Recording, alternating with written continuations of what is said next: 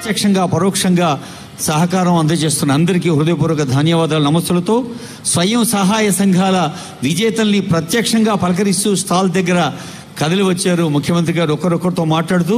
మరి ఇప్పుడు ఒకరోజు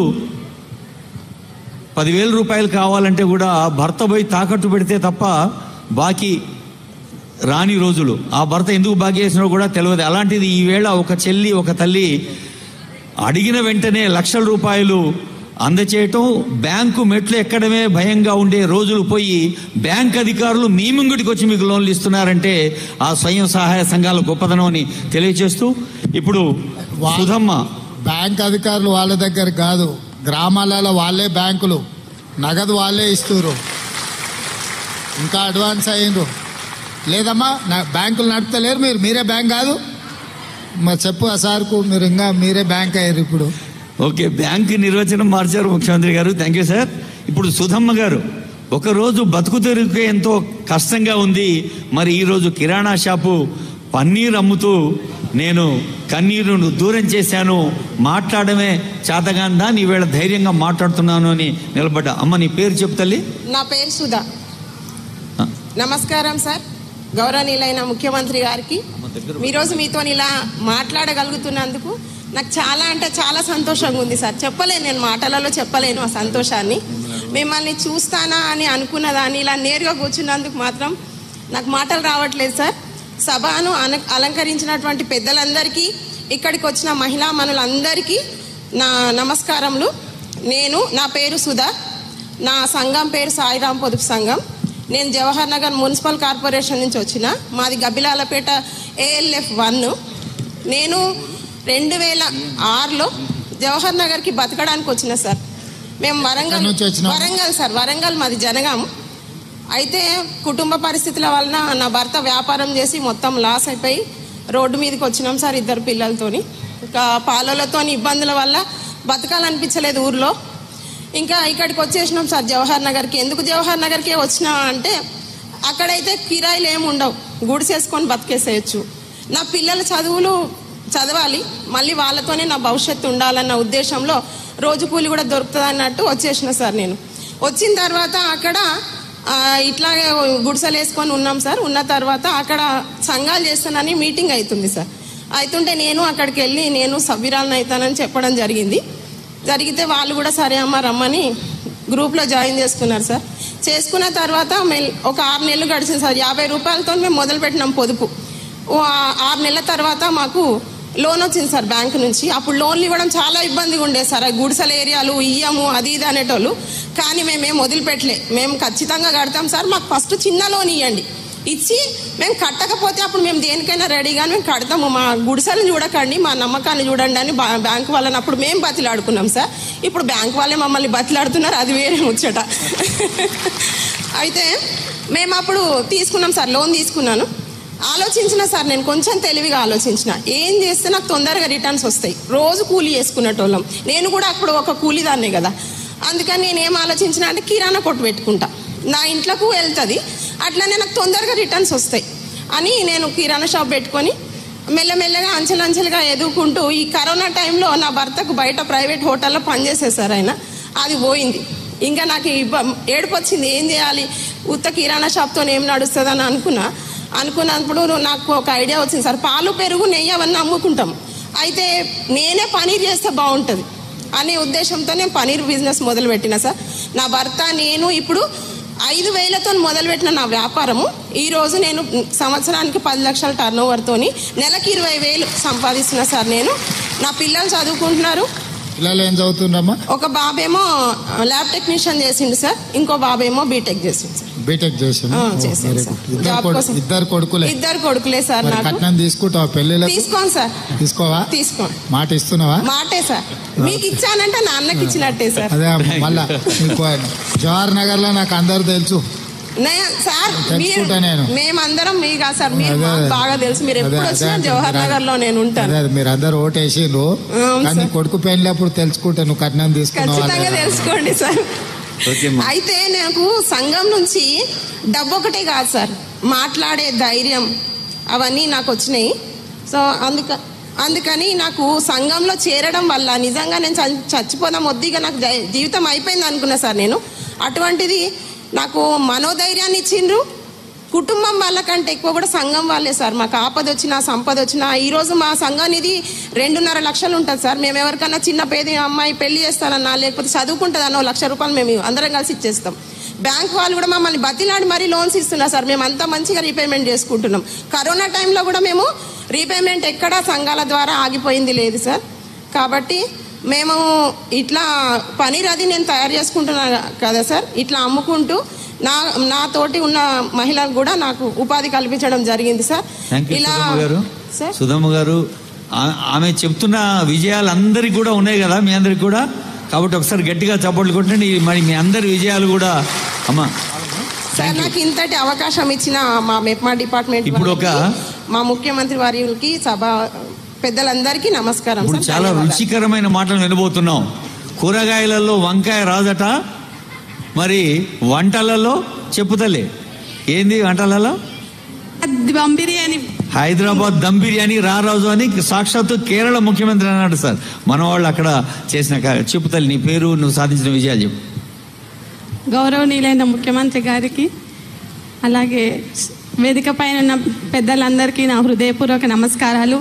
నాతోటి మహిళలందరికీ మహిళా దినోత్సవ శుభాకాంక్షలు. నా పేరు నవనీత, గట్కేసర్ మండల్, అంకుషాపూర్ విలేజ్. భవానీ పొదుపు సంఘంలో నేను 20 సంవత్సరాల క్రితం జాయిన్ అయ్యి నేనే గ్రూప్ లీడర్గా ఉండి ఇప్పటికీ కూడా నేనే గ్రూప్ లీడర్గా మెయింటైన్ చేసుకుంటున్నాం సార్. అట్లా ఉంటుండగా నేను ఒక 2 ఎన్నికలప్పుడు ఎవరు టికెట్ ఇవ్వలేదమ్మా? వచ్చేసారి మీ దగ్గర ఏం ఎలక్షన్ వస్తుందో జంగే ఉండా ఎవరుండ్రు? సరే రాసి పెట్టుకో, ఆమెకు టికెట్ ఇద్దాం ఎన్నికలలో, సరేనా? Thank you sir. అప్పట్లో నేను 2 ఇయర్స్ తర్వాత సంఘంలో ఒక 5,000 వరకు అట్లా లోన్ తీసుకొని కుట్టు మిషన్ తెచ్చుకున్నాను సార్.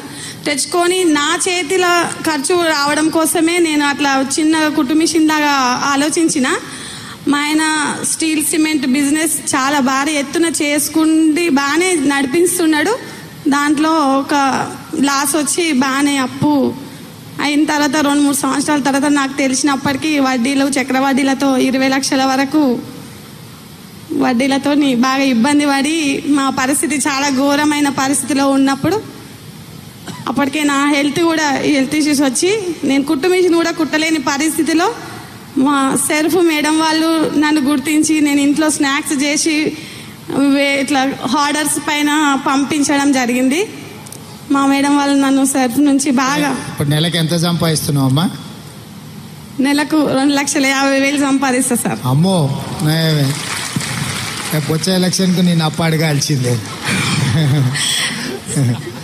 సెరస్ మేళాలో పిల్లలు ఎంతమంది అమ్మా? 3 సార్. చదివిస్తున్నావా? చదివిస్తున్నా సార్. పెద్ద బాబు degree first year Uppal little flower కాలేజీలో జాయిన్ చేసిన. 2 పిల్లలు, చిన్న బాబు కూడా డిగ్రీ ఫస్ట్ ఇయర్, ఇప్పుడు పాప బీటెక్ ఫస్ట్ ఇయర్.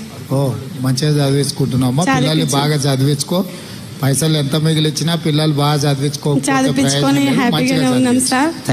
నేను ఇప్పుడు సరస్ మేళాలోకి వెళ్ళి నేను ఎప్పుడు వెళ్ళిన 12 రోజులలో నేను 5 లక్షల 6 లక్షల వరకు టార్గెట్ చేసుకొని ఖర్చులన్నీ బోను 2,50,000 నుంచి 3 లక్షల వరకు నేను 12 రోజులలో సంపాదించుకొని వస్తున్నా సార్.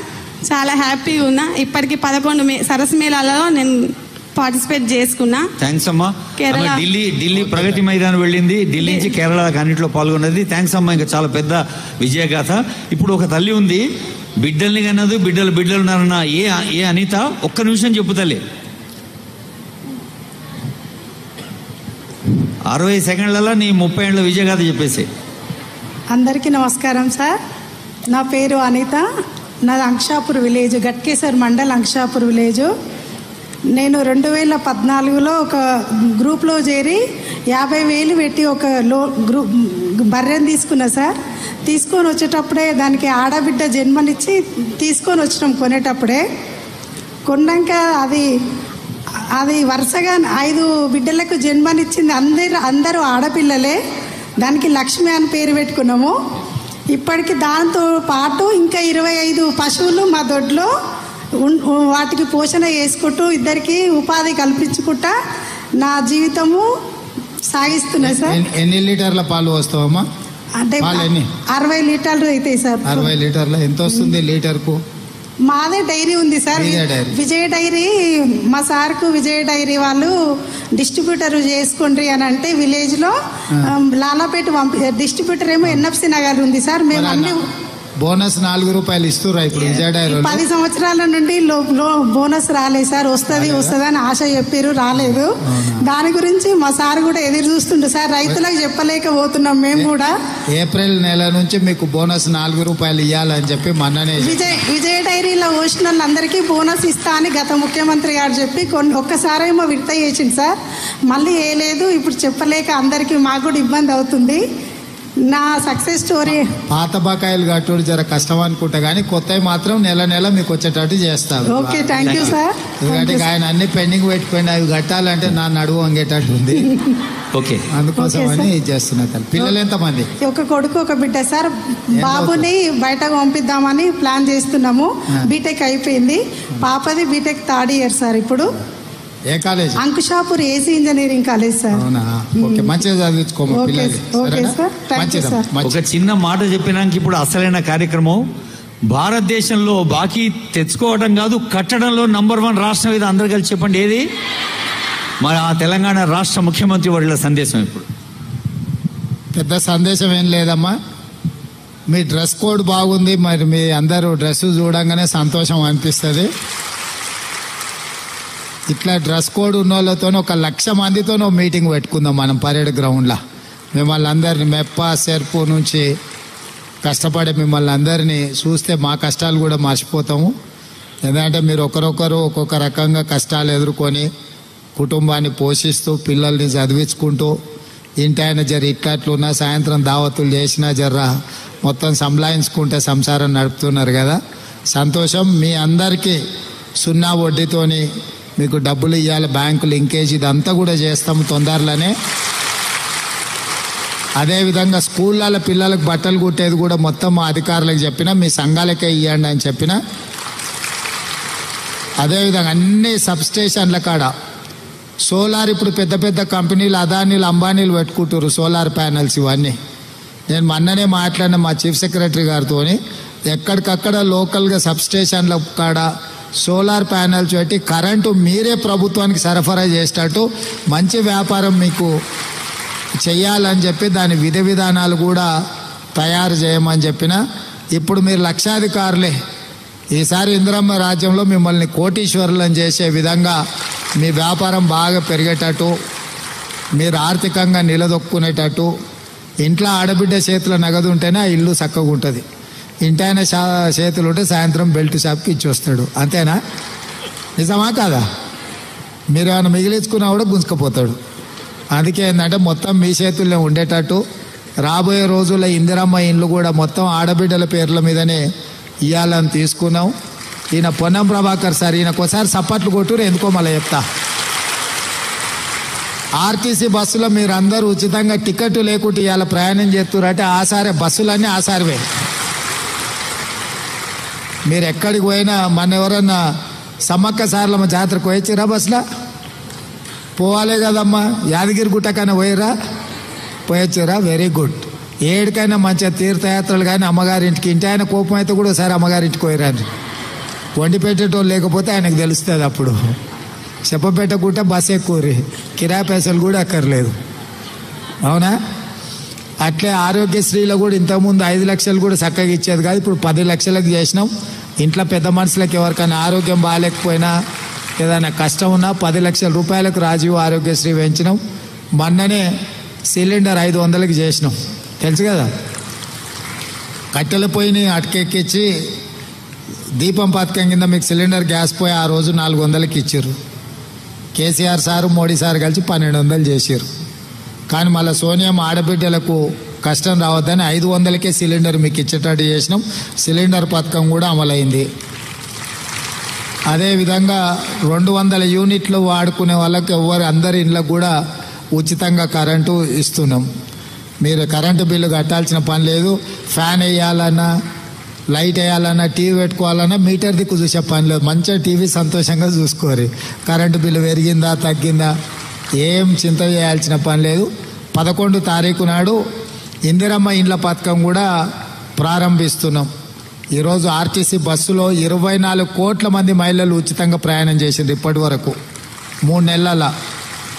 10 లక్షల ఆరోగ్యశ్రీ కానీ, సిలిండర్ 500 కానీ, అదేవిధంగా ఇప్పుడు మీ ఇంటికి కరెంటు కానీ ఇంట్లో వెలుగులు ఉండాలని, భూమి ఉన్న వాళ్ళకైతే వ్యవసాయానికి ఉచితం ఉంది, భూమి లేని పేదోళ్ళకి ఇల్లు ఉంటుంది, ఇంటి కరెంటు బిల్లు ఎట్లా మరి, అందుకే అది కూడా ఉచితం చేసినాం. ఇండ్లు కూడా కట్టుకోనికే పైసలు ఇస్తున్నాం.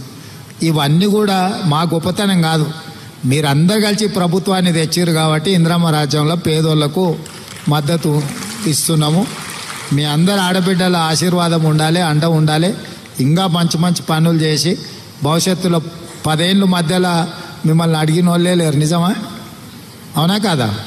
ఇప్పుడు మీ సంఘాలు మీ విలువ పెరిగింది కదా, మీ విలువనే కాదు మీ గౌరవం పెరిగి తొందరలోనే మా అధికారులకు చెప్పిన పరేడ్ గ్రౌండ్లో 1,00,000 మంది ఆడబిడ్డలతో పరేడ్ చేద్దాం. మనం అందరం ఒక దగ్గర కనిపిస్తే మహిళా శక్తి ఏందో అందరికి సమాజానికి తెలుస్తుంది. 12 తారీఖు నాడు మా మంత్రి గారు చెప్తున్నారు, తారీఖు కూడా చెప్పేసే 12 తారీఖు అని. 12 తారీఖు నాడు సాయంత్రం 5 గంటలకు పరేడ్ గ్రౌండ్లో 1,00,000 మంది ఆడబిడ్డల్ని కలుసుకుందాం మనం. అందరు వస్తారు కదా, అందరు మాట ఇస్తురా? మాట ఇచ్చిన వాళ్ళందరూ సపట్లు కొట్టురి. నిన్న మహిళా దినోత్సవం జరిగింది, మీకు అందరు కూడా మహిళా దినోత్సవ శుభాకాంక్షలు తెలియదు. ఆడ మీటింగ్ కాడ అందరూ పోతురట, దావత్ టైం అయింది కదా, నేను ఆ మీటింగ్ కాడికి పోతా. సరేనా? మంచిదమ్మా, సంతోషం. 306 కోట్ల 12 లక్షల చెక్ ఇప్పుడు బ్యాంకు లింకేజ్ ఇస్తారు. రాజ్యలక్ష్మి గారు రిసోర్స్ పర్సన్, సరిత, శ్రీలత, శోభారెడ్డి, శ్రీలత వీరు ఈ చెక్ అందుకుంటారు. 306 కోట్ల 12 లక్షల బ్యాంకు లింకేజీ చెక్ అందించడం జరుగుతోంది ముఖ్యమంత్రి గారు చేతుల మీదుగా.